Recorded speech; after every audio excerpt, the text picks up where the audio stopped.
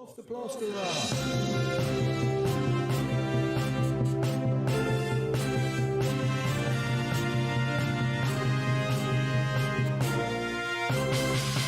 Good evening. Oh dear. How's everybody? Yeah, it's Monday. It's 7 o'clock. Oh, okay, just gone. And it's time for... Yep.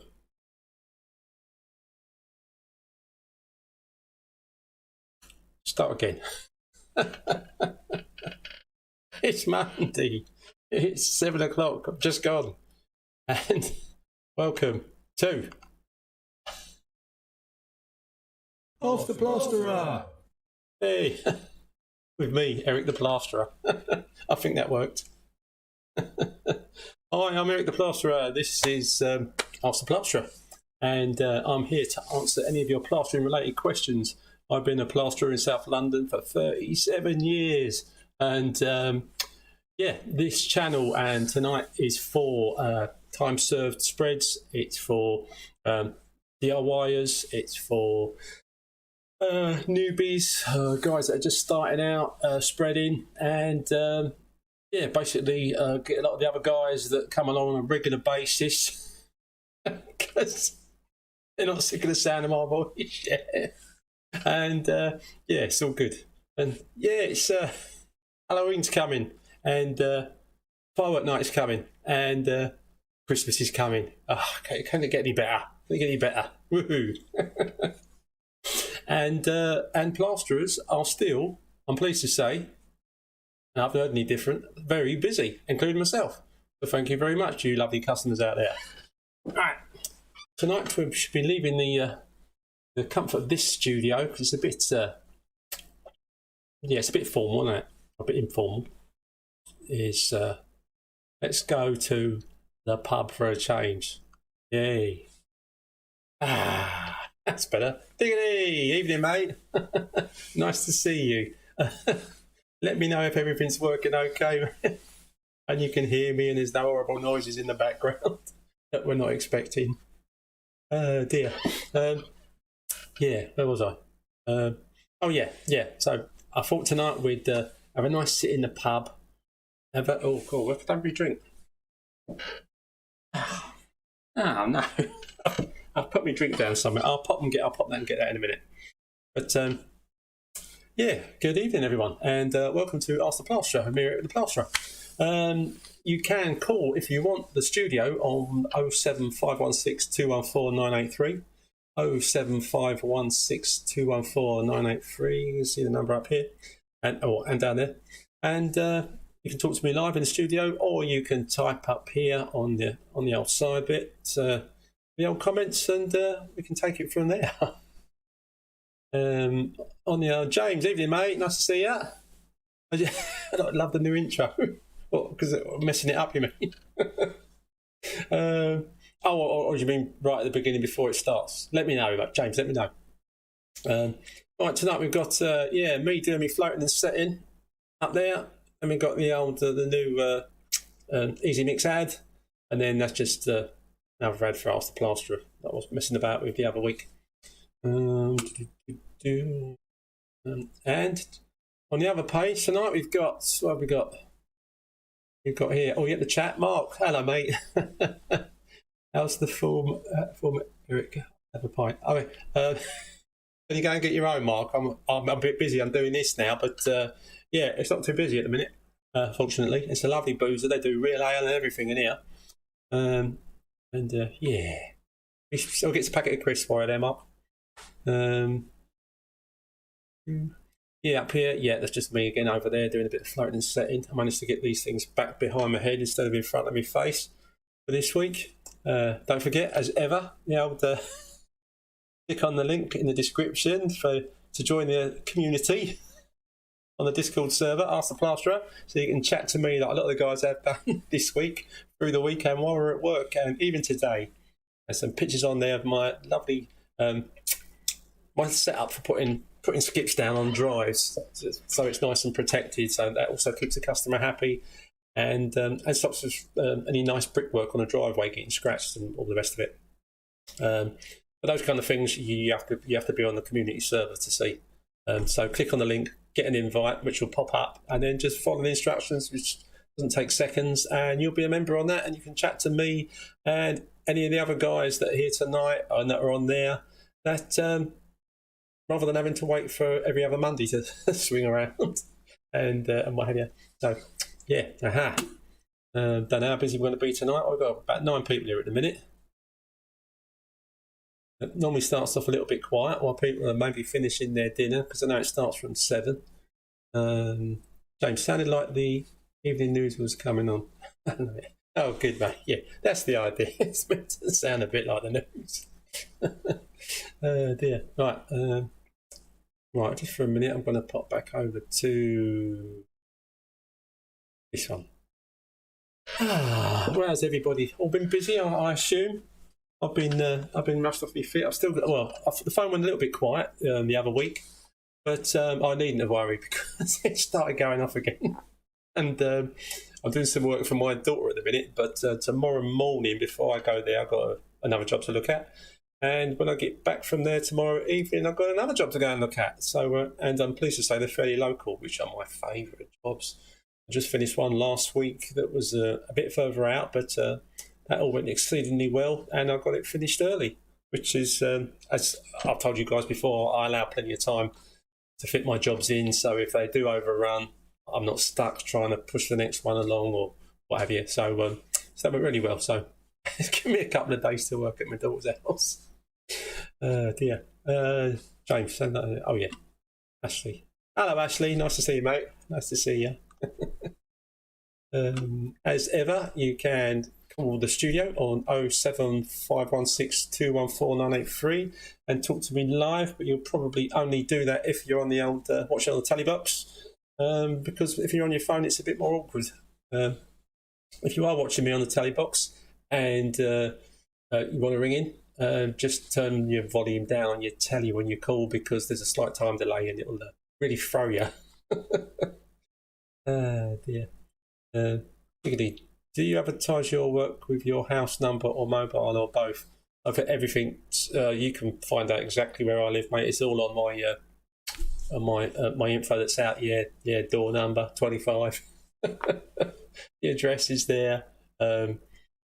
It's got my mobile on there. I don't put my house phone number, one because hello, I've got a phone call already.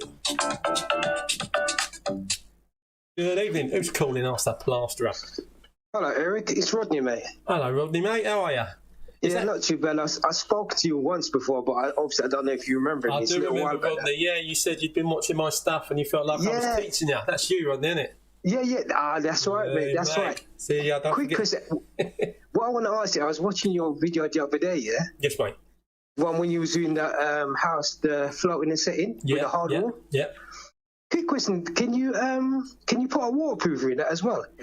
Not into bonding. You can't. Okay. Nah. Well, I've never tried.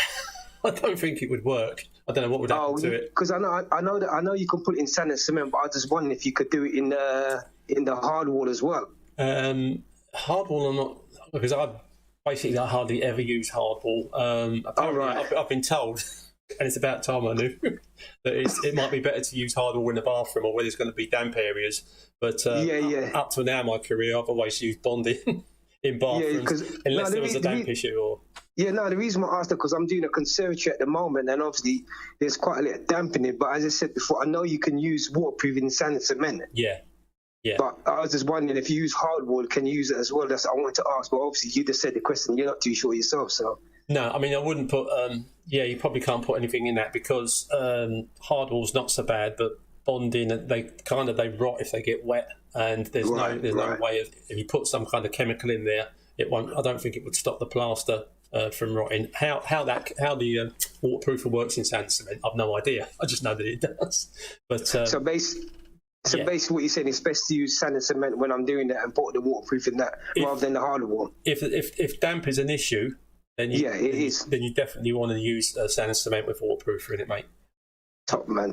I tell you, you're doing a fantastic job, you know, mate, because cheers, as I said, I wish I met someone like you when I was 15, 17. But yeah, man, I'm keeping up to date with you guys. I always watch your videos, mate. Yeah, I'm sorry there's not more of them going up, but you get so busy. I mean, I love doing this, obviously, and the guys that come along and whatever, and talking to you and whatever. But when you're at work, some of the jobs. I was watching the other guy the other day. Was it the one from Trial Talk? I forgot his name. Remember going He's back. a tall fella. Stuart Roberts. That's right. Yeah. Yeah. That's his page. Yeah, I was watching the video on him the other day. So he's quite good as well. Yeah, you've subscribed to him, mate. I haven't, but I'm going to do that. I'm going to do that. Have you subscribed to me yet? I haven't, you know, mate. Yeah, that's so important. No, I'm going to do that, mate. It's just because I haven't got a laptop at the moment, but I'm going to do that, mate. You should do it on your phone as well.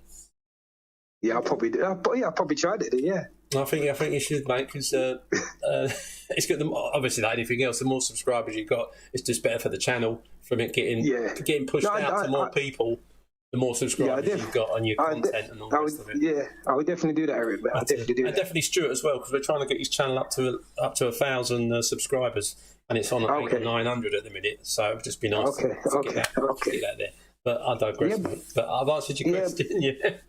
Yeah, but thanks for that question, though. You know what I mean? But as I said, I wish I had met someone like you years ago. I mean, it doesn't really matter. You know what I mean?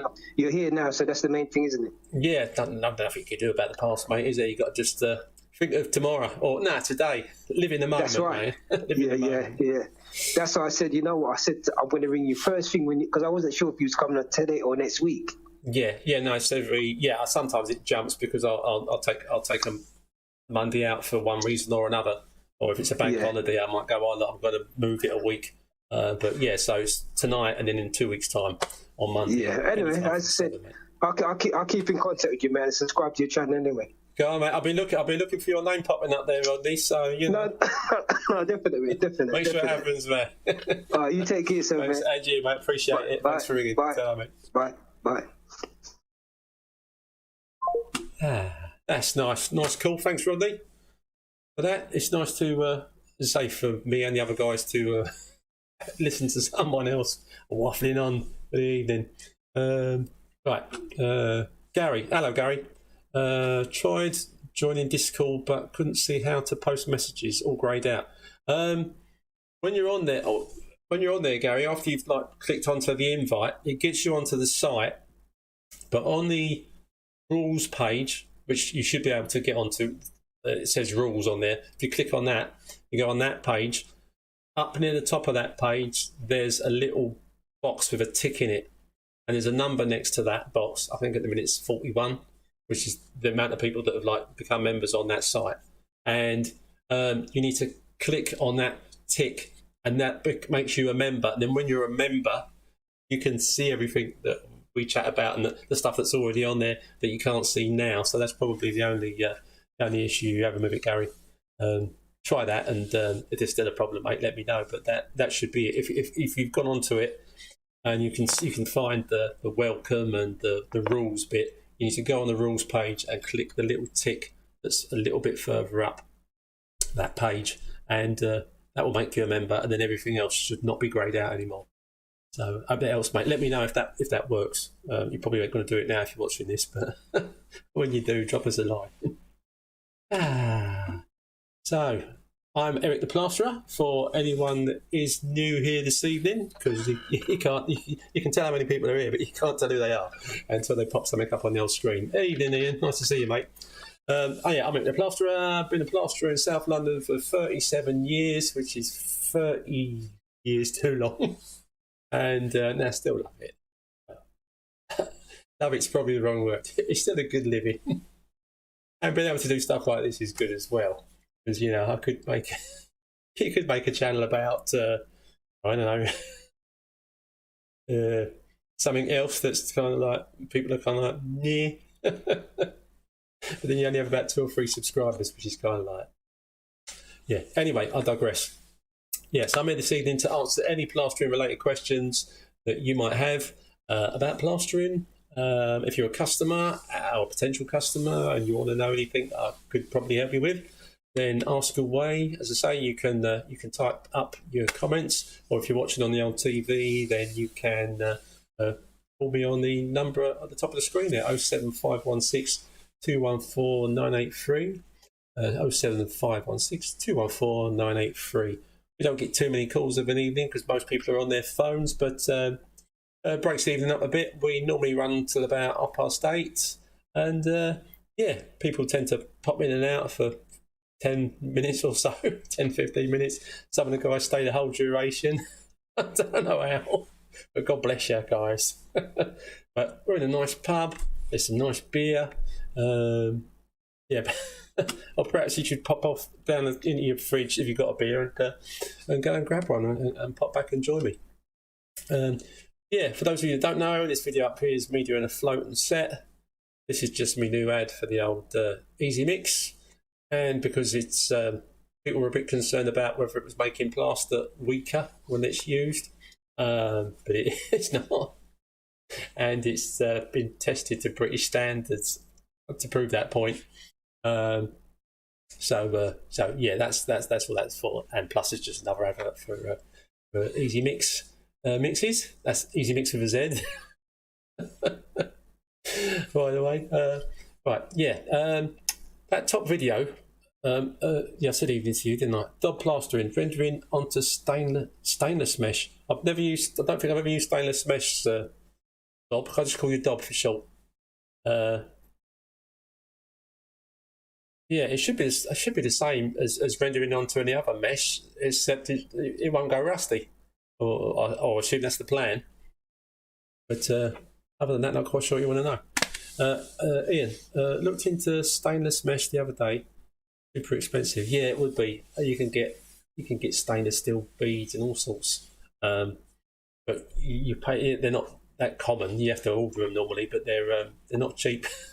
Like Stuart was talking tonight on Trow Talk about that magnetic plaster you can buy, which is not magnetic in itself. It makes the wall like a metal. So any magnets you've got or things with magnets will stick to it. Just because some people get a bit confused and think it's actually magnetic, the actual plaster, but it's not. So far it looks it's apparently somewhere between £60 and £100 a bag. So, and one of the guys said to do the wall that he wanted to do, you had to buy about 4 bags of the stuff. Luckily my kids have grown up, because I don't think my missus particularly wants to stick any magnets on the wall, but you never know. Oh dear. Michael, evening Michael.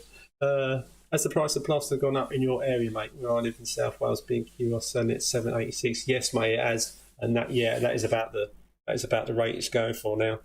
It's maybe even a little bit more as well. It's gone a bit not silly. It didn't seem 5 minutes ago it was about £5 a bag, but now it is £7 or £8, which isn't great. But for me, B&Q is just easier. It's near to me, and they're open till they used to be open until 9, but since the old lockdown, and even though lockdown's finished, they're open until about 8 o'clock now in the evening. But they're still later than the old builders merchants. All kind of shut at 5, don't they? But yeah, no, it has gone up. Lee, hello Lee. It's going well, mate. It's going well. Keeping very busy. I'm struggling to some of the phone calls. I have to double check my phone, because when I'm at work, I tell people, "Oh, I'll ring. Can I ring you back?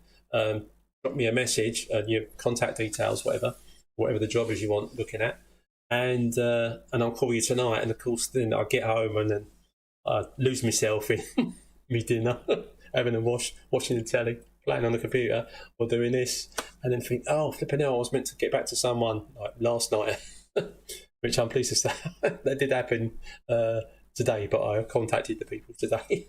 So I've still got a couple of extra jobs to look at that I didn't have the day before. So that's all good. So I'm doing well, thanks, Lee. Yeah, cheers, mate. Anyone new just joining us? I'm Eric the Plasterer. I'm a plasterer in South East London, been a plasterer for 37 years. And this Ask the Plasterer and my channel is for helping anyone that is a time-served plasterer, a newbie, a DIY. You can ask any questions you like. There is no such thing as a stupid question. Well, I say that anything plastering related is don't care what it is. Just drop it down and I'll answer it if I can. Or sure, one of the other guys will know if I don't know. And if you join my, hold on, wait for it again. If you join my community server, which you can get onto by clicking the link that should be in all my videos, there's loads of us on there, and you can talk to any of us, or all of us, at the same time and ask questions and get answers there and then, more or less. If I don't answer your question, one of the other guys probably will. So yeah, and it's fairly instant. So it's pretty good stuff. Gary, hi Gary. Yeah, how much was plaster before pandemic? Before pandemic, it was about finish had been around about £4 or £5 a bag for quite a long time. When B&Q anyway, and bonding was about £7, but now bonding's £10-11. I kind of glanced at the cost of it when I'm buying stuff, but because I buy a few bags of this, something else, bit of that, bit of the other, some beads, whatever I'm getting. I'll just cut the total at the bottom, and I'm not double checking the price of the stuff, which I should be really. I think the last time I did, I thought flipping up getting stuff and I'm not even noticing. But it all bottom line, it all kind of like comes out of your bank account at the end of the day, doesn't it? Ian, so I asked a few rendering questions about my garden wall on the Discord server today. I'm on there as E. Oh, right, mate. Yeah. I was wondering. So you're E, Ian, right? This is why I get not confused, but a lot of the guys on there and then on here, because the names are different.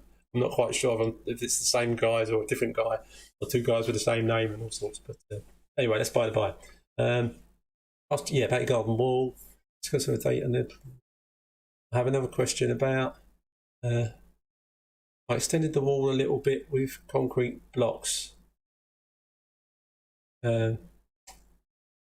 Concrete blocks. I mean, if you when you render the concrete block, if they're dense concrete, like the really heavy ones, not breeze blocks, then they'll have no suction in them whatsoever.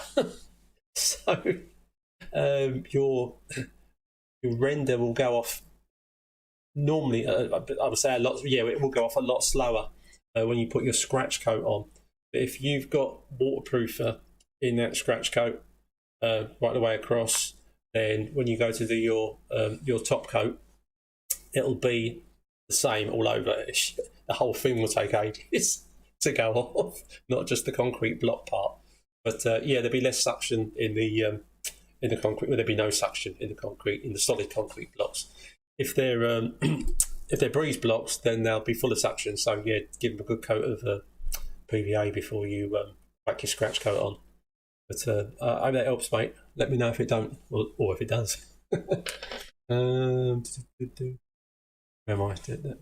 Ian, but forgot to use brick ties to tie it to the existing.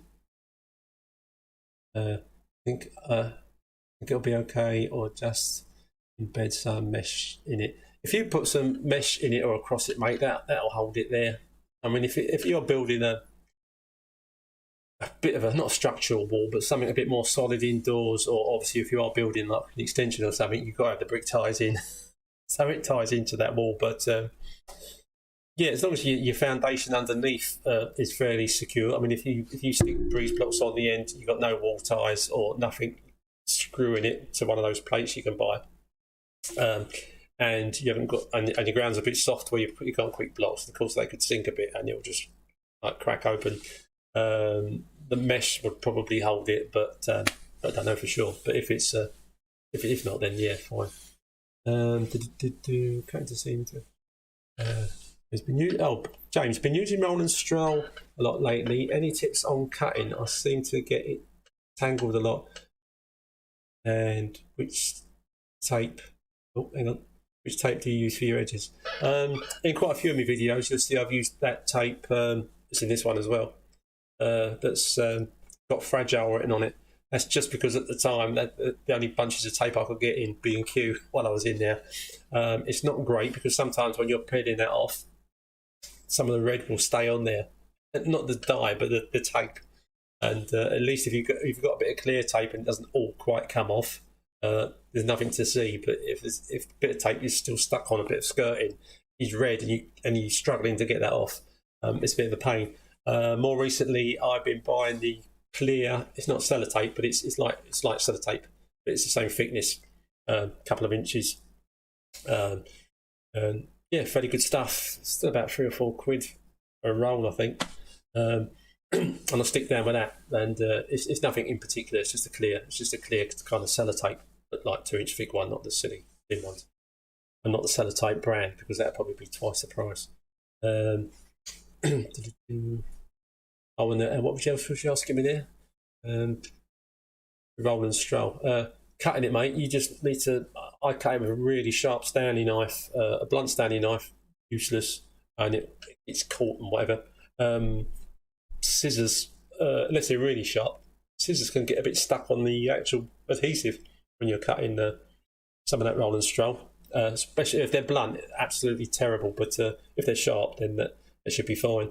With roll and stroll, if it does kind of stick to itself, it can be really difficult to pull it back apart. It is quite awkward to put down. It looks fairly simple in adverts, so when you see me just doing that nice little straight bit, but when you're covering stairs with it, it's not that easy. Or the first coat down the stairs is quite easy, but then because it's not quite wide enough, funnily enough, to do a staircase, and you have to put another strip down all the way down, the second lot starts sticking to the first lot and pulling it up when you're trying to take it around the risers. And so it's great stuff, but it's not easy to put down, especially on stairs. In this video up here, I just used it as a base coat, and then I put to protect the carpet. So I was putting all that render off, and then put the my tarpaulin on top of that. As you see, I put a plastic up, which is just the plastic I normally use on the floor, so you can tell it's a fairly decent thickness. And just used a couple of plasterboard props to hold it up in the air to seal that bit of the room off. So, yeah, you might still get a teeny bit of dust going in there, but nothing like I would have done otherwise. Where are we? Dob, I know it will vary from place to place, and if you don't want to answer, that's fine, but how much do you charge a day? Between £250 and £300 a day. I'm in London, but if I'm doing if I bash out a room for somebody in a day, I would probably, not including the ceiling, I will probably charge for £400, and I'll include the plaster with that. So that's a day's work plus 4 bags of multi-finish, PVA, £400, give or take. Again, it varies. Some jobs will be more expensive than that, but I tend to give people fixed prices for a job, and if I bash it out quicker, then obviously I'll get a really good day rate.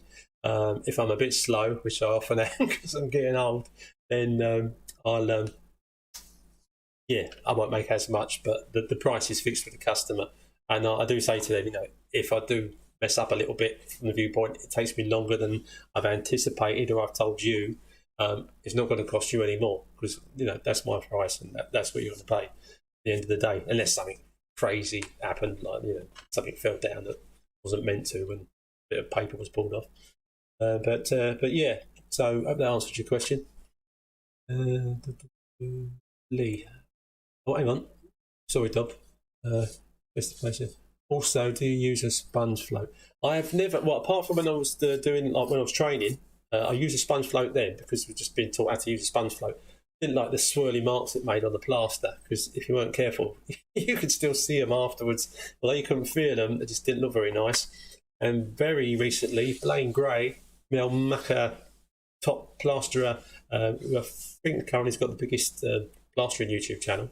Got about 45,000 subscribers.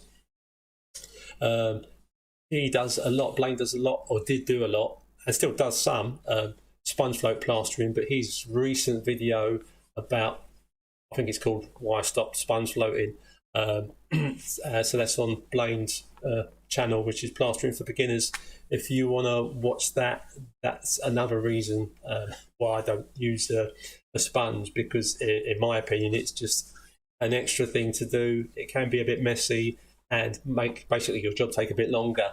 And my plan when I'm working for a living is to get in there, do a job that looks great, the customer's happy with, and you get paid and you move on to the next one, or you go home early. Not that I go home early that often.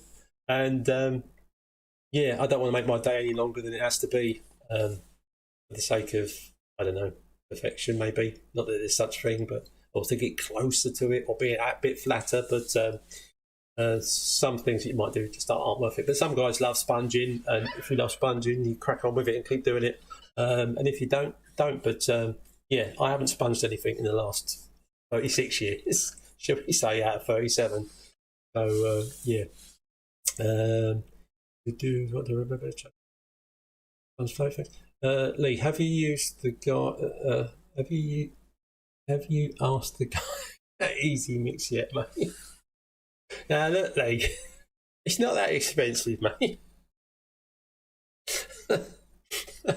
I thought was it you or someone else that was going to give him a ring and mention my name and see if you could get it a bit cheaper, or whether he might double the price for being cheeky. Oh dear. Speaking of which, let's pop back onto my other page and I'll get a bit as well. Why not? There we are.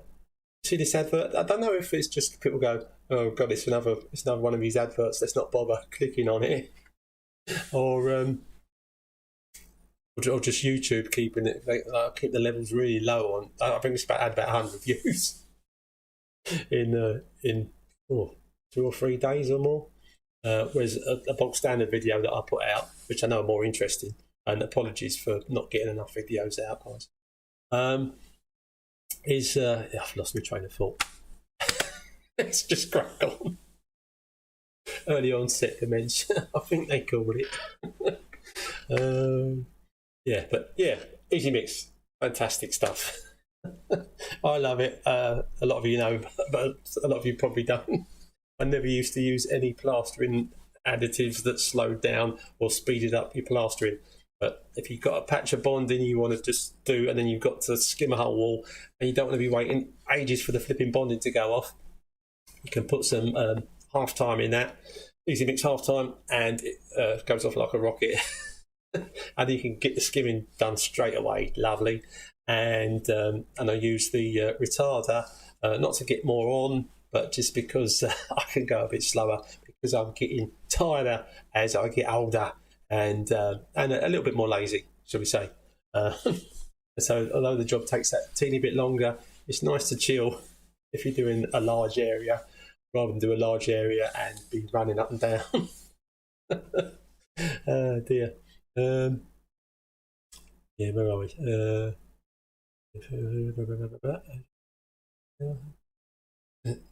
Ashley, skimming a painted wall, does it need any more prep other than a coat of PVA? No, mate. No. I mean, most of the walls that I plaster for people, like original walls, they're already painted, or they've stripped the paper and the old plaster underneath is painted. Whether it's, I don't think I've ever stopped to worry about whether it was a matte paint or a silk paint. I've just put my trademark one good neat coat of PVA over everything with a roller, get those edges with a brush, let it go completely off, and then hit it. That's and I always PVA everything first.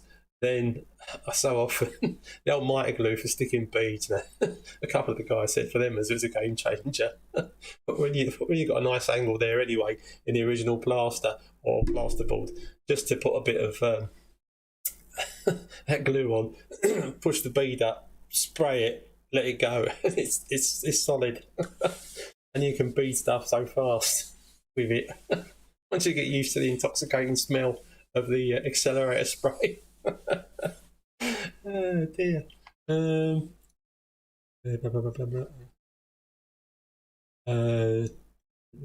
hang on.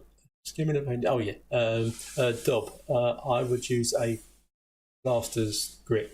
Yeah, I've never used any of the grit, mostly because when I started plastering, for years that I was plastering, there was no such thing as red grit, blue grit, yellow grit, tartan grit, which I invented. But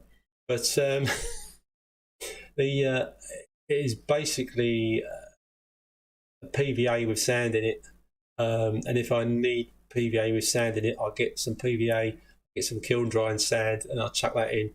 But rarely do I find I need grit in my PVA. If you've got some kind of surface that you're concerned about that might not key, then I would do it. I've said before, I've done a porcelain sink with a sand cement render that I PVA'd. I think it might have just been PVA as well. I may have put grit in it. I can't remember now. It was that long ago. But and the render didn't come off of it. If you can render a shiny, there's no mesh or nothing in it. If you can render a PVA porcelain sink and it don't come off, then I don't find any reason for spending the money. I'm a cheap PVA man. The old no nonsense, about a tenner from B&Q. I've used other stuff when customers have bought it, and I used to use Unibond PVA about 30 odd years ago. But it's so expensive and really thick, and you couldn't really put that on neat. You have to water it down a little bit. But years ago, the only time I had an issue was watering down PVA. One of my early ceilings fell down, and I wasn't happy because I had to just do it all over again to put more PVA up. I think it was from that point I used it neat, and I've never looked back. And a lot of the other guys that have used the neat PVA and let it dry completely without just doing it when it's tacky malarkey. I've skimmed stuff that I PVA'd a week previously, and it's been absolutely fine. Still holds it back. I've had no issues, no customers calling me back saying anything's happened to the plaster.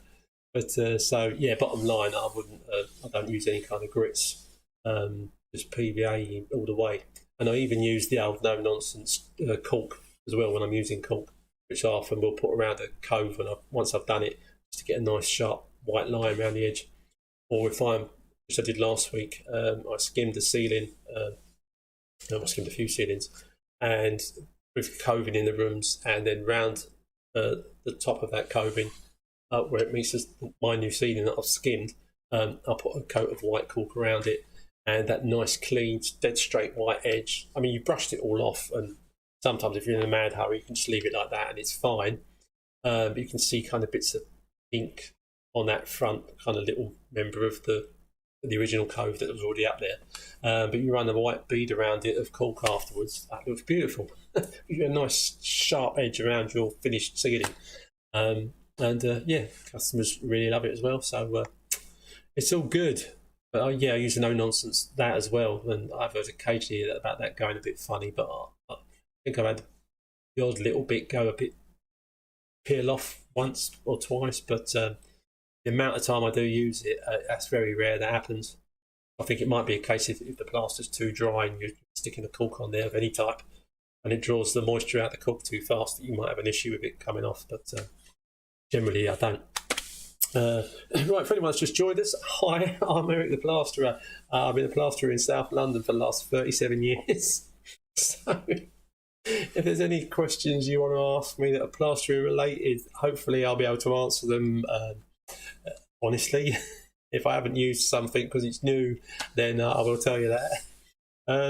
It's this channel and Ask the Plasterer every other Monday from 7 is for anyone that's interested in plastering, that's a DIYer, that's a newbie to the plastering game, that's started plastering, maybe looking at getting into it as a career, and for time-served spreads as well. Of which, if any of you guys got opinions about any of the tools, whether they're good or bad, happy for you to not vent your spleen, but you know what I mean, have a moan about something or praise it. Yeah, no problem at all. That's what I'm here for. And a lot of the guys are regular guys.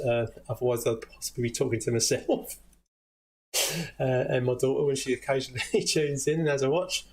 But it's nice, and a lot of these guys are on the here we go again, hang on are on my community server which if you click on one of the links in, there's a link for this community server on all my video descriptions, and if you click on that, you'll get sent an invite to join this, and on here you can send messages to me and all these other guys any time of the day or night. Basically, they can put pics up and all sorts of stuff. You talk to each other by typing or by video or just audibly, or we mostly just type, I think, to each other. Otherwise we'd probably be talking over each other all the time. But yeah, so back on with that. Also, I'd like to give another Stuart's Trail Talk a plug. I have to check his channel, actually. We're trying to get Stuart's channel up, YouTube channel up to 1,000 subscribers. Trail Talk, the help group, he's got about 3,000 odd followers on that page now, which is fantastic. And if any of you guys are watching and you haven't subscribed to Stuart's channel as well as his page, then please do, because it'll be much, much appreciated. Thank you very much. Right, where are we? Ian Davis, what other plastering YouTube channels are worth watching in your opinion? Okay, the other one's worth watching. Oh God, I'm rubbish with remembering names. Right, first, Blaine Gray. Yeah, because yeah, he's got the biggest plastering for beginners. It's a great channel. He's a great guy, and he's got a plastering course that he offers as well, which is free. As far as, is it free? I can't remember. But anyway, that might not be free. But his videos are great. He's a good one to have. Also, Alex Morley. I think he's just down as Morley Plastering. Yeah, he's got a great channel too. So look out for him. If you put Alex Morley Plastering, I think that will come up. Anthony Parry. He's a good one to follow. We've got Joel, who's he does internal and external stuff, rendering and what have you. And Joel is Rendervate, I think it is. Yeah, his channel worth following him as well. Anyone that I've missed, guys, it's not intentional. But my brain don't work well at the best of times. So I was lucky to remember those and get them out with the right names. So yeah, there are other channels worth watching, definitely. Ian, came across Alex Morley recently. Decent channel to follow. Yeah, absolutely. I sent him a message on his last video because I do like his videos, and it does remind me a bit of, I think he does a few people of Richard Hammond on the old Top Gear. And I did say, he wouldn't be out of place presenting Top Gear because he's got the presentation kind of skill. He'd probably be good on telly, proper telly, doing that kind of thing. If you're thinking of changing your career, Alex. And I did say to him, Top Gear would be a good name for your next video if it's about plaster or anything like that. Okay, call it Top Gear. Hey, I won't do that one. Not now. But you're free to, Alex, if you're watching. Right, where are we? Frank Wholehouse. Have your shoulders ever given you problems with plastering? No, not really, mate. I've been fortunate. I think it's probably genetic that I haven't. I mean, I get tension here, but who doesn't? When you're a spread. When you're doing ceilings, you always got to make sure you got that should be about the distance you're headed from the ceiling, for how much you reach up. Because if it's too low and you've got your arms down here, it's not good for the old blood flow and the way it strains on your muscles and your shoulders. If you've got them stretched too high, that's no better either. So it's a kind of a happy medium there. I also used to do a lot of strength training, which going back quite a few years, so that's kind of helped me stay kind of I get shoulder ache, but I think I haven't had much shoulder ache since the lockdown kicked in because I stopped going to the gym. So I think I'd got used to plastering, how much work that's involved in that. But when you do plastering and you try and fit the gym in 2 or 3 times a week, and you're getting as old as I am, it does take its toll. You tend to wake up with your shoulders aching every single night. But that stopped since I stopped going to the gym during the lockdown. But I'm trying to go back there now. But currently it's only about once a week that I've got to work on that one. But I'm on a bit of a diet with the missus, so hopefully I'll lose the extra stone or so I put on over the old lockdown. Did I answer a question then, or did I just want? Yeah. So Frank, from that viewpoint, yeah, quite a few guys said they get the tennis elbow and stuff as well, which I'm really lucky I haven't done.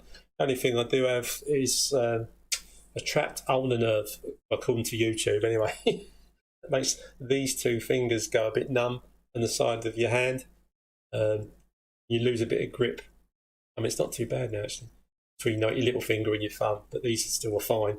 I had a bit of pins and needles in both before with a little bit of carpal tunnel, but that seems to have gone away. This little bit in there. But other than that, I've had no major achy worries, apart from occasionally thinking, God, I could do a proper sports massage on the old shoulders. Would be lovely.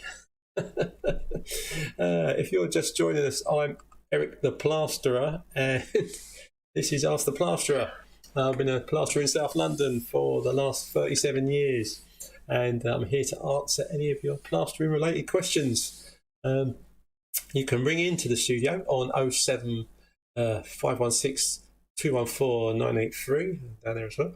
And you can talk to me live in the studio, which you'll probably only want to do if you're watching me on a TV, so you haven't got to come out of YouTube on your phone, where you might be now, type in your questions to speak to me. So, but if you're watching me on the telly and you want to ask a question, have a chat, then you can call that number and you'll get straight through.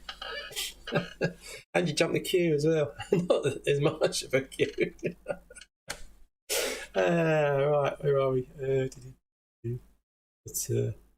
Yeah, Frank, the best bit, mate, if you do have issues with your shoulders, is probably to splash out on getting some decent massage. Not like the aromatherapy, gentle but nice ones, but the ones that actually hurt a bit when they do it. And I think it only feels nice because it's such a relief when they stop. Yeah, James, when you do your window reveals, do you use cork where the plaster meets the window, or do you leave that to the customer? I tend to remind them once I've finished. Oftentimes, if it looks a bit messy around the window, and I think, you know what, if I put a bit of cork around there, it'll look a million times better, then I will put cork around the window. Yeah. If it looks like, if I put a bit of cork around there, I don't think it's going to help much because of the state of the original cork that might be there, or it's something to do with the window that you've got no control over as a plasterer. Then I'll just plaster up to it as best as I can and say to the customer, obviously, this is the best that I could do with the state of your window. But yeah, so I will often cork around the window again just to get that nice square edge around your plaster, which looks good at the end of the day. And that's what a customer wants. He wants it to look good. That's where all your recommendations come from. Tidiness, which you might noticed in my, doing my best to. I've got sheets up there and everything, the floor well protected. When you pick it all up and you leave the place spotless, customers are very happy, and happy customers make for customers that use you again and again. I mean, I think my next two jobs that are coming up, actually, I think are customers that I had a few years ago, and they've just moved to, in a couple of cases, to bigger houses. And they just rang me and said, we've moved. When can you come and give us a quote for the plastering? So it's all good. James, oh yeah, no, I'll say that. Yeah, sometimes I say to the customer, it'll be a good idea to cork around. If I haven't had time or I've got an awful lot on and I haven't got time to cork around the coving, I will say, if you run a line of cork around your coving, that'll look great. It'll finish it off and make it easier for you when you're doing your painting. Frank, can you mix cement with finishing plaster? You can, Frank. It depends what you want it, why you're doing it. Some guys stick a bit of cement in finishing plaster, I think, to make it go off a bit quicker. But I'd stick with the Easy Mix gear, basically because the sachets and that, you know exactly how much to put in. If you're mixing up 4 bags, it's a bit of guesswork if you're mixing up just a little bucket of stuff, but it would be with anything. But yeah, that's the only reason you would normally stick a bit of cement in your finish, is to try and make it go off a bit quicker. But how much cement you should put in and what effect it has on the finish at the end of the day, looks wise, strength wise, I've no idea. Oh, excuse me. Like anything, you can mix it in. It's just whether or not it's beneficial or worth doing. Right, guys, I'm going to let you. There's only be a few seconds. But you can listen to me old advert while I grab my drink. We'll be with you back in a second. Plasterers! What? Here's your fix. Can't go wrong with Easy Mix. Plasterers, you've got the power to hold your setback for an hour. Put more walls on in a day. Extra time the easy way. If your plaster's dry too slow, half time is the way to go. Half time, extra time, every time. Easy Mix Plastering Additives. Control your sets, make more money. Yeah!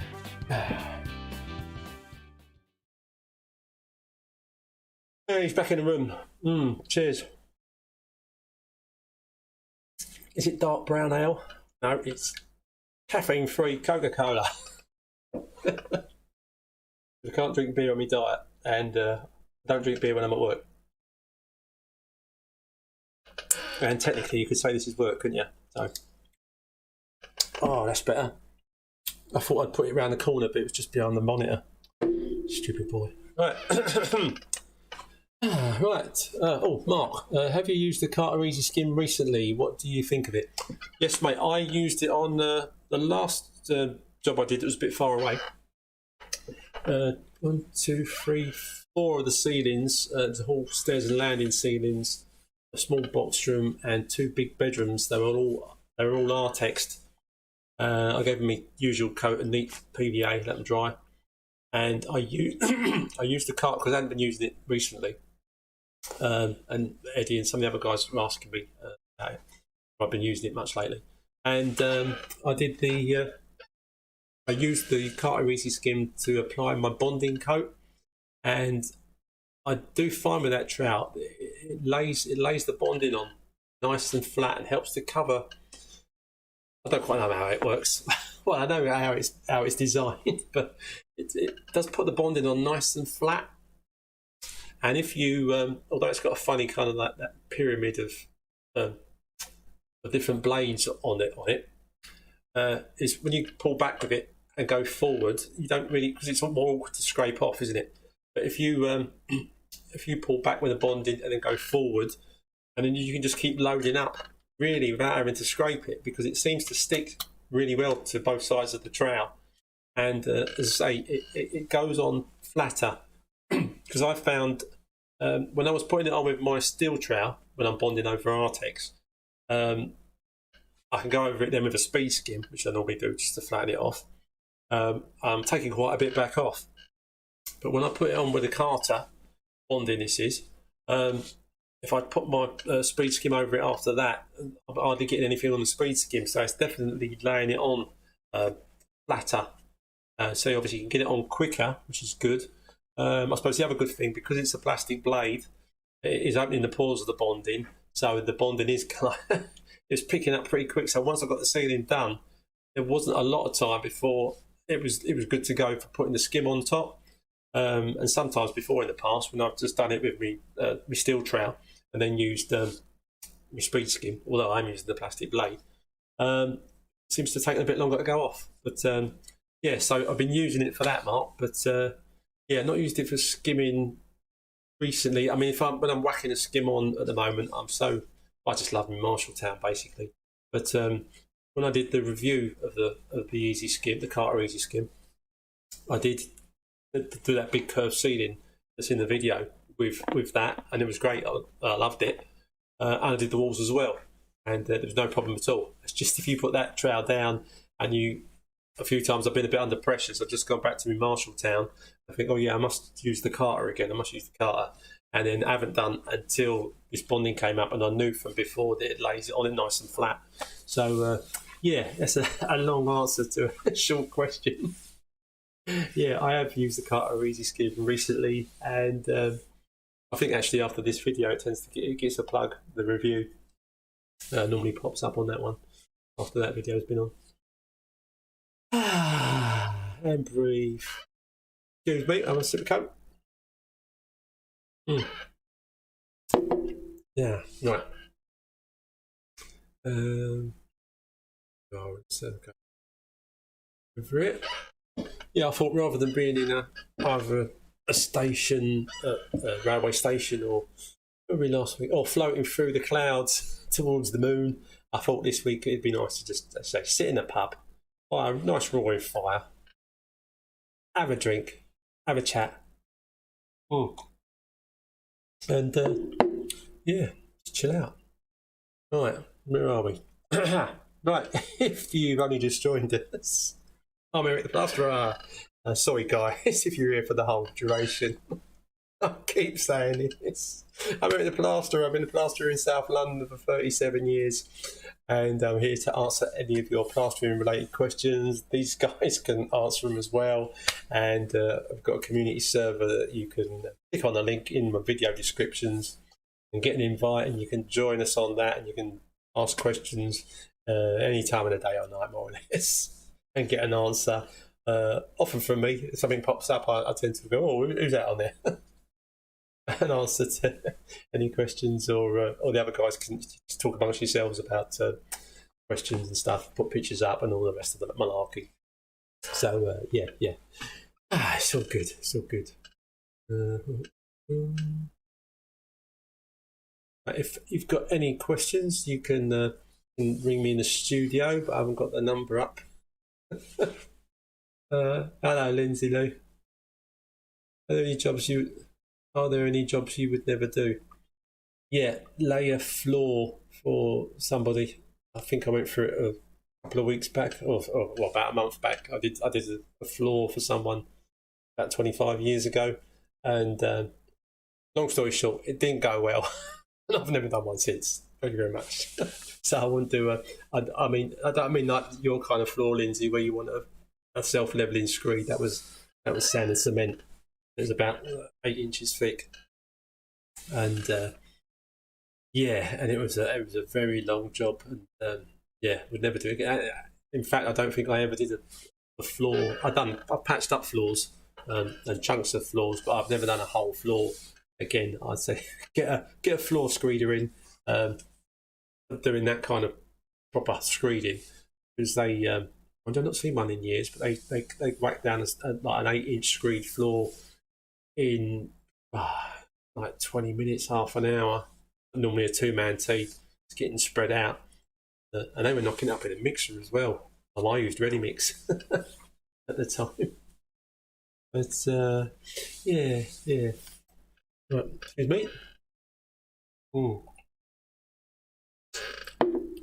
Right. Anything else? What do you want to chat about? If there's any potential customers out there, you want to know anything about plasterers, what we charge? I mean, it's slightly different rates, but at the moment, plasterers are so busy. The prices might be a little bit more up than they normally are. But it depends where you are in the country and how busy your plasterers are. At the moment, if you can get a plasterer like the next day, then you just need to be a little bit wary of how good they are. Because all the plasterers I know are up to there with work, which is great for us, but not so great for the customer at the end of the day. Elvis, hello mate. Can you put PVA in thermos blocks before rendering? Can you put it? You can put it on. You can put it on. Hello, Gandalf. You can put it on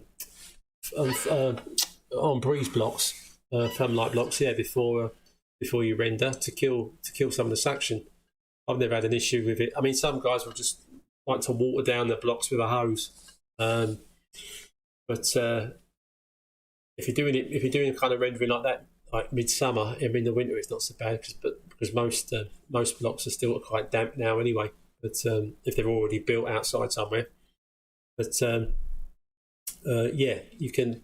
I've PVA'd blocks before to kill the suction to get a scratch coat on without it causing me any issues. And again, I've had no comebacks when I've done that.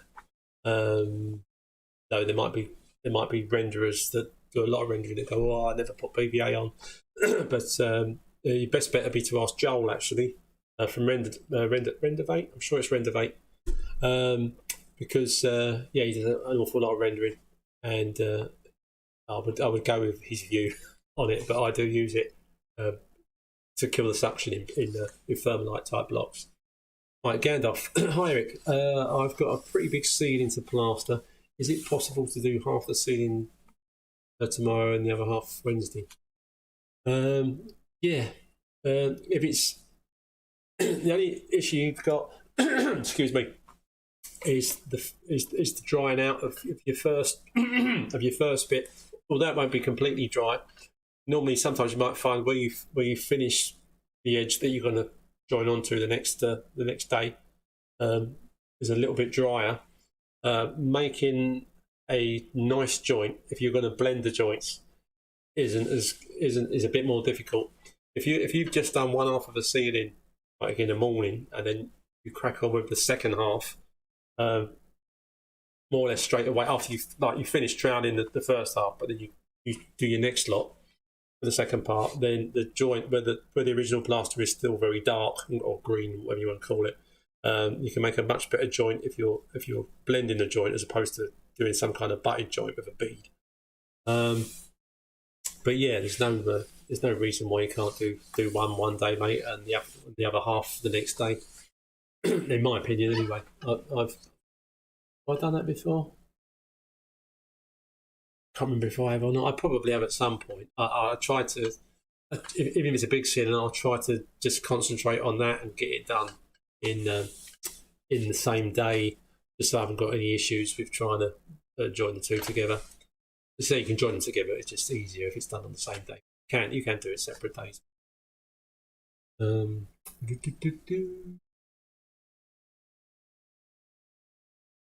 was you, Mozza, wasn't it? Mozza, right, yeah. Multi-finish over bonding. That is 2 hours old. Multi-finish over bonding is 2 hours old. Loads of blisters. Next day at PVA, no problem. Remember going wrong. Right. Let me just check that again. That's on the screen. I can't see it very well. Multi-finish. You put multi-finish over bonding. That's 2 hours. 2 hours old. Loads of blisters. I'm surprised you don't only get that blistering like that if the bonding's sucking in too fast. I can only imagine that the bonding's on. Is it on something fairly porous, even though you might have PVA'd it, even with like neat PVA? If you're going over some kind of block wall, but if you're just going over, say if you've gone over an Artex ceiling with a bonding, within 2 hours you should be able to put a skim on without it blistering up. Your finish, you could possibly is a little bit too thick that you're putting on. What you need to, like with anything, when you're doing plasterboards, you can knock up the gear a fair bit thicker. When you're doing anything that's going to be a little bit porous, like anytime I go over bonding, always make sure that the actual finish is not runny. Well, perhaps it is runny, but more, definitely thinner. If it's too thick when you slap it on, that could put blisters in it with the moisture getting drawn out quite quick as you're like putting that on there. So what I would try, Mozza, is doing your finish a bit thinner. Obviously, you've got to be a bit more careful with it because it's easier to doing a ceiling, easier to drop it in your eye or drop a bit more on the floor than when it's thicker. But thick of a plasterboard, thinner when you're going over bonding.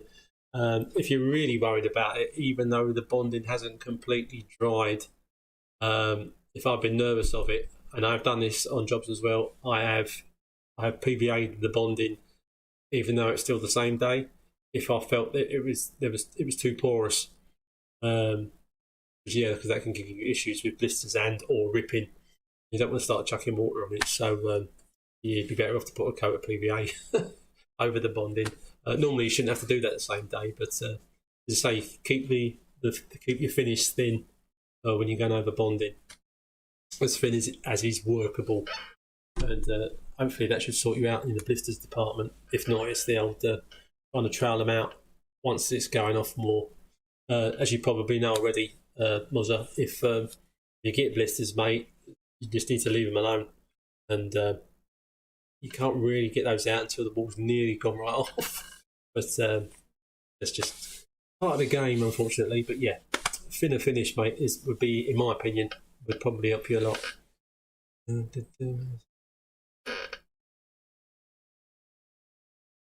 What's that, Mark? Rendade is good on thermalite blocks. What's Rendade, Mark? Is that an additive for slowing down, or? Let us know, mate. Type something up. James, when you do your final flex trowel, do you prefer using a sprayer or a haze of water? For haze of water or a brush? I use my sprayer. I've got a big pump sprayer, and it keeps they keep conking out after a month or so. Like that one I've got in that video. That one's about 14 quid. I told Blaine, he said he bought one of those hose lock ones, but they're about 39 quid. But more or less the same thing. And he said it's good, so I might splash out and get one of those spray bottles. It'll last longer. God willing. But yeah, I will spray a whole wall, take my trowel across it, and then a bit like in this video here now, I will finish off with a brush. Like at the bottom, you could just chuck a little bit of water on the bottom, lift it up the wall as you trowel, and then as you tilt your trowel at the top, that water then runs down, so you go down and you catch it for the next sweep up, and then that pours down the wall. You can add a bit more to it from your brush and bring that up, and so on and so forth till you get to the end of the run. But yeah, so normally I'll go over the whole wall, the spray, a fine spray, take my flexi trowel over that, and then I'll go around the edges with a brush and just tart those up. So spray and a brush, but mostly use spray. I'm going over a large area. Right, hi everybody that's just joined us. I'm Eric the Plasterer. I'm a plasterer from South East London, been plastering for 37 years, and I'm here to answer any of your plastering related questions, whether you're a DIYer, a newbie to the plastering, starting it as a career, or thinking about starting it as a career, or whether you're a time served tradesman and you just want to have a chat, ask questions, or review a tool that you love or can't stand, or you thought was expensive or a waste of money. But yeah, so you can do that, or you can type a message in. If you're watching on the telly box, then you can contact me on this number in the studio, 07516 214 983, 07516 214 983. And have a jibber jabber and give the other guys a rest from just listening to my voice. Or if you're a customer and you want to ask any customer related questions about prices, about plaster, about how long things should take, blah blah blah, then feel free. Matthew back. Hello, Matthew. Hey, Matthew, are you Matthew? Are you just asking this while you're here? Are you Bucky on my Discord server, or is that another Matthew? Yeah, because I'm sure it was that another Buck. But just checking. Wilco's the. To make sure I ain't missed anybody out. Next trowel, do you prefer using those? Matthew Wilco, the best sprayer. £7 for 5 litre spray gun, is that? Cheap as chips, and had mine about 6 months, no problem. And flipping out, I should pop into Wilco's there, mate. Up the old high street. I haven't been in Wilco's for ages. But yeah, I will get one of theirs. And if it's rubbish, I know who to blame. But yeah, I think I'd rather try that before I go and spend 39 quid on a hose lock spray bottle. Cheers, Matthew. Yeah, I'm all good, mate. Just tuned in. Oh, good. Nice to see you. Nice to see you. That's it. You just relax. You know we're on till about 8:30, so what is the time? Oh, 10 past already. Time flies when you're having fun. Right. Ian. Hello, Ian. Browning hardball or sand and cement for internal floating. I do all my internal floating with bonding.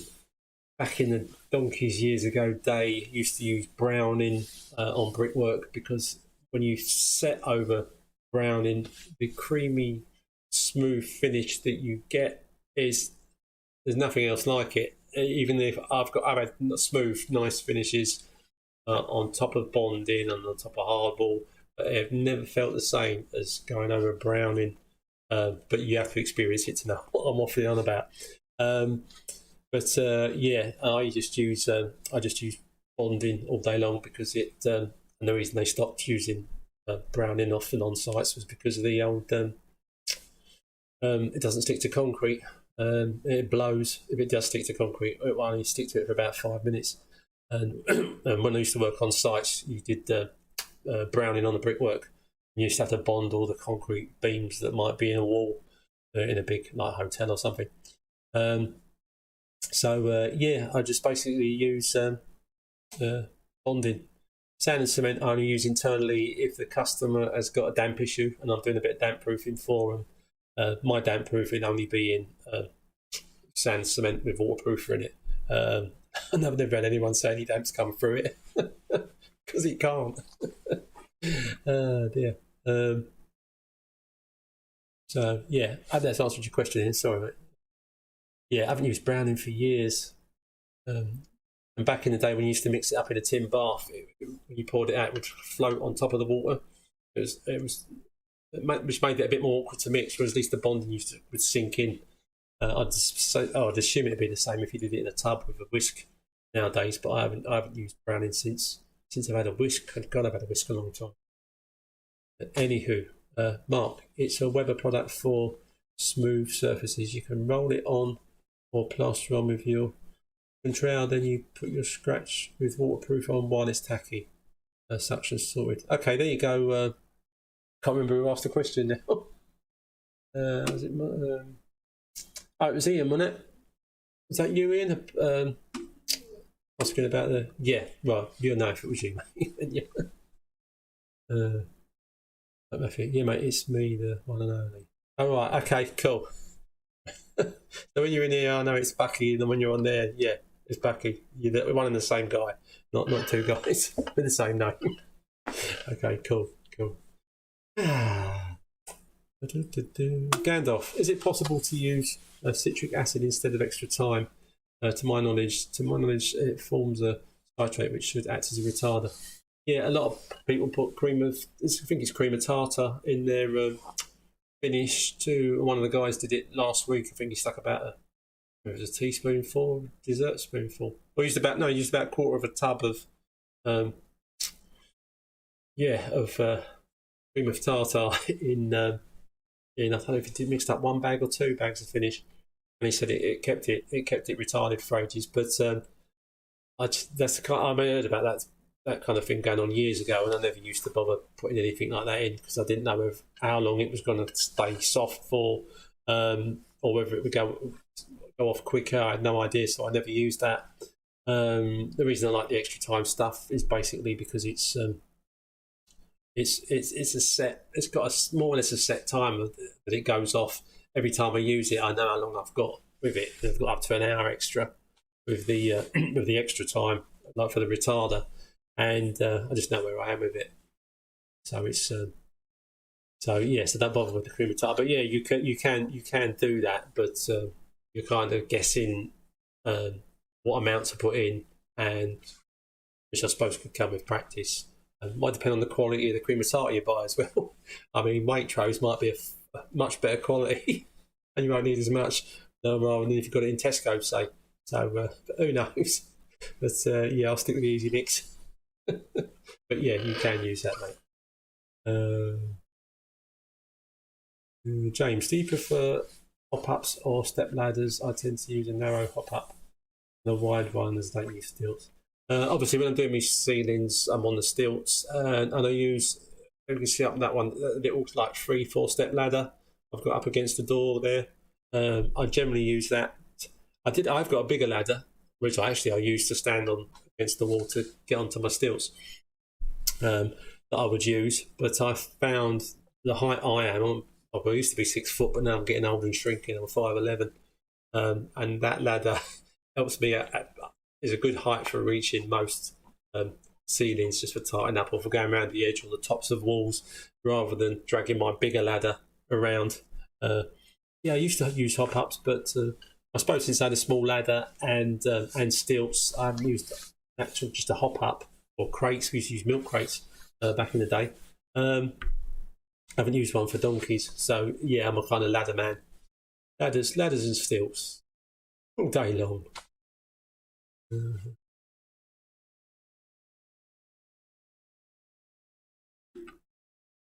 Anyway, James, get some stilts. What are you doing? What are you playing at? They don't take long to learn on, and you can get cheaper pairs than the ones I bought. I have had them forever. They're good quality, but they were nearly £400. You can get, I think, you can get stilts for. You get them for £100, or maybe just over. I don't know what the quality or the thickness of the aluminium is that they're made out of, because I haven't seen any cheaper ones in the flesh. But yes, stilts are a game changer, mate. Once you get the hang of them, and it don't take that long. And if you do get stilts, get adjustable ones. Don't get ones that are either a fixed height or a small one. Often, if you can get small stilts, but they're not adjustable, and if the ceiling's a little bit higher, you can't reach it. Obviously, sometimes some ceilings are quite low, aren't they? But and you can't quite reach them without a hop up, and work tall boots, or the stilts are too high, so you can't use them. It's nice when you can actually reach the ceiling from the floor. But I've only ever really had that in when I'm doing those garden lodge things out in people's gardens. Right. Michael, hello, Michael. I plaster a ceiling 6 meters by 4. It was a 3-bag mix. Oh, mate, I mixed 2-bag mix first and used extra time in the mix, and it seemed to go off halfway across. Does extra time have a shelf life? I don't know if it has a shelf life, mate. I'll check with Mark, who makes the gear. Excuse me. Yeah, I mean, you've got to make sure that you're. It is for the retarder. It is a sachet for each bag. So you've got to make sure you definitely put 2 packets in if you're mixing up 2 bags of gear.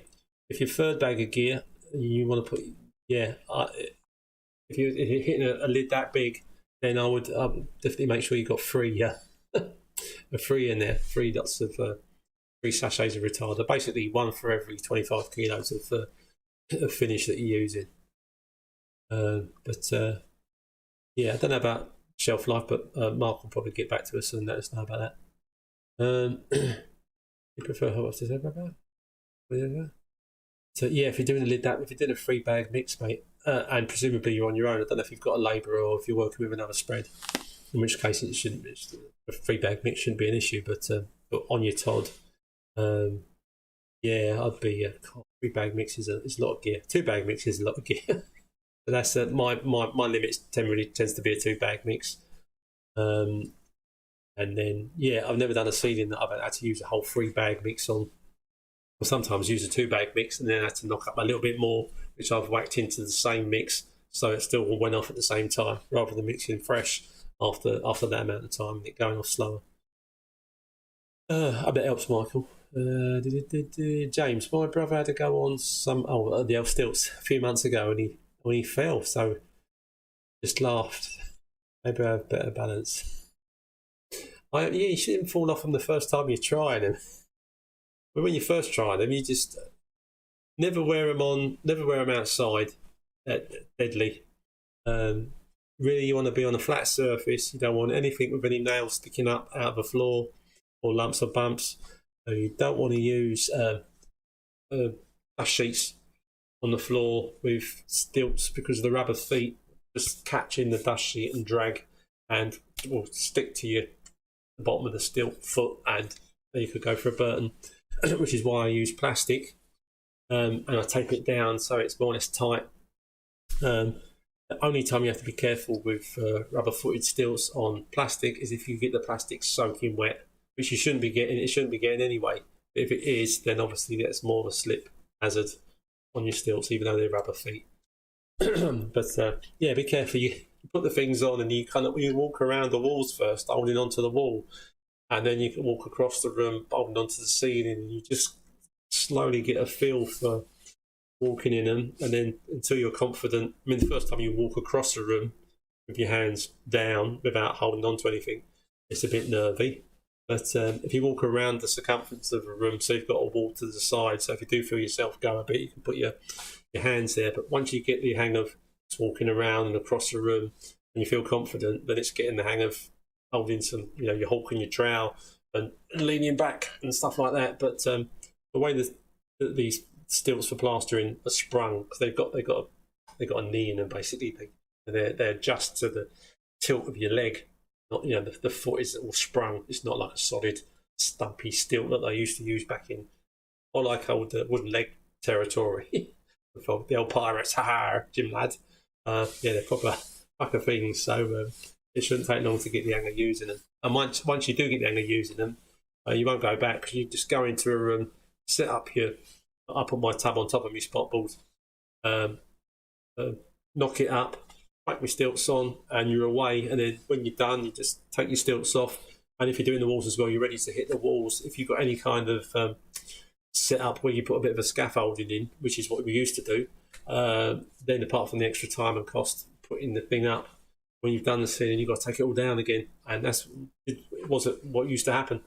And when you're doing that kind of thing, you've got more stuff to bring in that you could damage decor if you're doing domestics in the people's houses, in other rooms on your way to the room that you're going to work in. So I find just having a pair of stilts to get you up to a ceiling is, once you get used to them, you won't go back to using anything else. So give it a try, James, give it a try. Bucky, can you use the Easy Mix for bonding in hardball to set it quicker? Because I hardly ever use hardball, I'm not 100%. I don't see any reason why not, but I'll check that out before I say, oh yeah, do it. Dear. Mark, I recently bought a pair of Switzer stilts. Yeah, Stuart Roberts was looking at those for, I don't know, for him or for his labourer, because he's really tall and he's happy with the old work tool boots.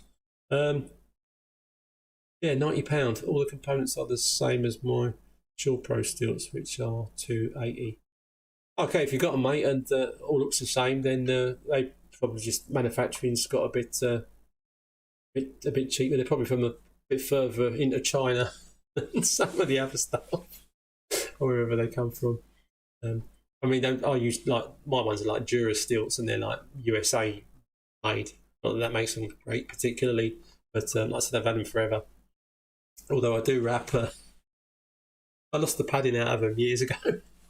And when I've especially got my shorts on, and I'll put a couple of fibre cloths around my leg, tape them on, but I'll put the stilts on. It's just when I'm walking around without the stilts on, the customers think, why have you got two bright yellow fibre cloths sellotaped to your around your calves? Dear. If you can pick up, there you go, James. You can pick up a pair of these Switzer stilts. I think they're on Amazon as well.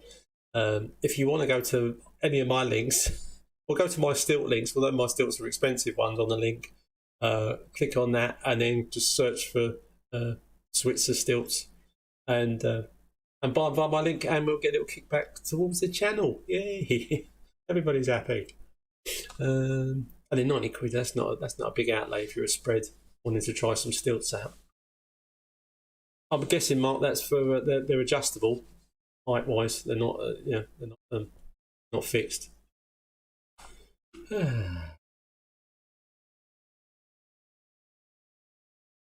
to Change the scenery slightly.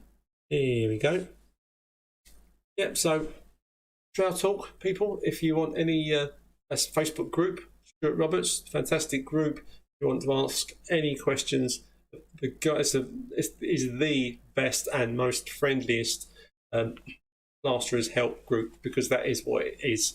It's what is in the title. It's a Plasterers Help group. It is a newbies help group. It is a DIYers help group. Again, there are no, like on my channel and on Ask the Plasterer, there are no stupid questions.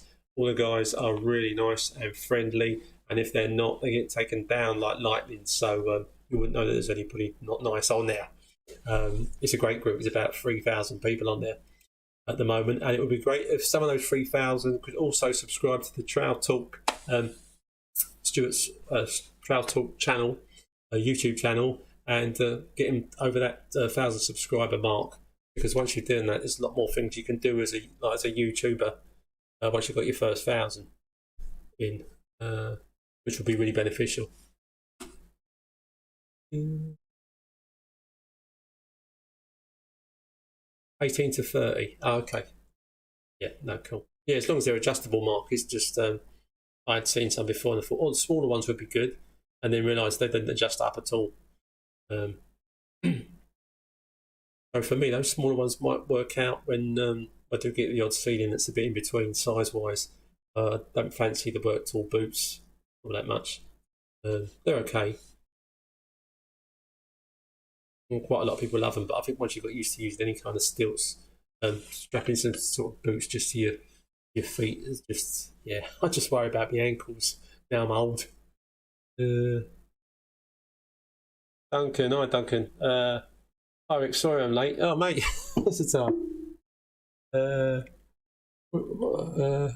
Actually, I mean, I can see the clock on this stupid computer, and the next minute it evades me. Ah, there it is. I normally finish about past. Duncan. But at least you got here, mate. That's all. I'll probably stay on a little bit later, but not too much. But hi Rick, sorry I'm late. Bus was cancelled. What's your views on using angled trowel in the edge? You use one, and what is the best one to use? My internal angle twitcher trowel for going down the internal angles when I'm doing two walls at once. What's the brand I'm using? Eddie. Eddie, what's the brand I'm using? Basically, my old one was a Marshalltown. Very big flexible blade, but square. The one I'm using at the minute, I think it's a Ragni, but I can't remember. Is that how you pronounce it?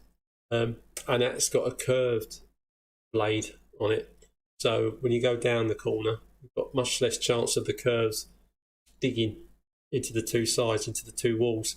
Whereas my Marshalltown, though it's got flexible sides, where the sharp corners are in the design, it can cause a bit of a score down the walls if you're not careful, or you go in too soon, or the corner's not very square. Which, let's face it, in most houses, it's nothing square, even the brand new ones. Which you discover when you're cutting coving for anybody. But yeah, so I'd go for. I'm pretty sure the one I've got is a Ragni. It's in one of my videos when I'm plugging my, at the time, new 1200mm speed skin plastic blade, and those little dots that you can stick on were to where screws would be, and they bleed red or a blue colour through the plaster, so you can find the holes again, putting screws back, so you can just skim across the whole wall rather than having to try and go around screws because the customer wants to put a rad back or a teddy bracket back in exactly the same place as it was before, doesn't want to drill new holes. But saying that, I've got about 2 spots left and I haven't ordered any more, so I need to get onto that a bit quick. So I better sort that out, as well as getting the brakes done on my car, which is going a bit at the moment. What am I talking about? My car. So yeah, that's the one I would use, mate, at the end of the day. Right. Right, to keep mine and everybody else's sanity, and to make the next Ask the Plasterer something to look forward to, I am going to sign off for this evening. We started at 7, it's 8:30, and yeah, and then longer than that gets a bit crazy. Remember that this also will go out as a podcast, or wherever you get your podcasts. That'll probably be the next day or so. So you need to sort that out, and then you can listen to it when you're at work or wherever you are without having to have an app open. There's no adverts or anything like that, and you can just listen to all the lovely advice that gets dished out and all the questions with me lovely guys that come along and ask questions. I'm Eric the Plasterer. Oh, I have been. Well, I still am. And thanks, guys, all you regular guys. Thanks for coming. Yeah, I much appreciate you. I'll see you and a lot of hopefully new people on the on my community server. Just click on any of my videos. They've got in the description.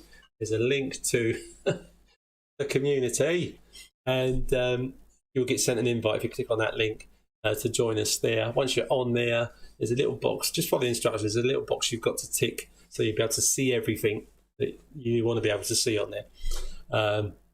And chat with me and the other guys about anything you like plastering, put pictures up, just have a bit of a laugh sometimes as well, which is good.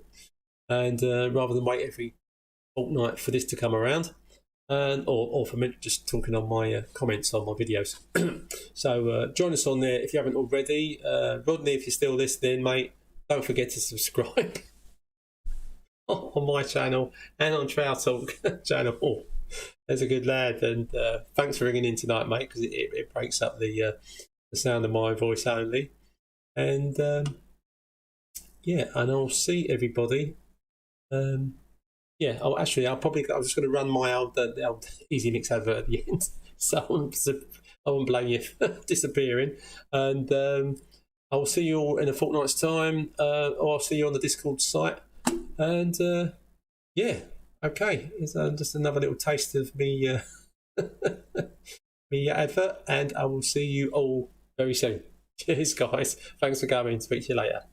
Bye. Plasterers! What? Here's your fix. Can't go wrong with Easy Mix. Plasterers, you've got the power to hold your setback for an hour. Put more walls on in a day. Extra time the easy way. If your plaster's drying too slow, half time is the way to go. Half time, extra time, every time. Easy Mix Plastering Additives. Control your sets, make more money. Yeah!